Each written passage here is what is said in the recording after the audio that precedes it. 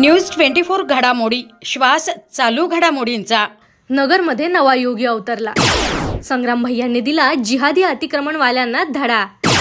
योगींचा bulldozer UP मध्ये, संग्राम भैयाचा अहिल्यानगरमध्ये। आता त्यांना जागा दाखवली। अहिल्यानगरमध्ये अखेर त्या बेकायदेशीर अतिक्रमणावर बुलडोजर फिरायला सुरुवात झाली आहे। आमदार संग्राम जगताप यांच्या आक्रमक पवित्र्यामुळे प्रशासनाने कारवाईला गती दिली आणि अखेर नगरमध्येही यूपी मॉडेल सुरू झालं।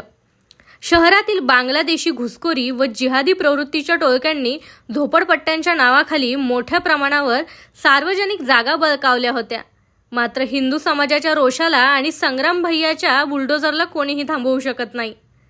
आज सकाळपासून महानगरपालिका, पोलीस, महसूल विभागाच्या संयुक्त कारवाईत मोठा पोलीस बंदोबस्त ठेवण्यात आला आहे आणि बेकायदा बांधकाम जमीनदोस्त केलं जात आहे।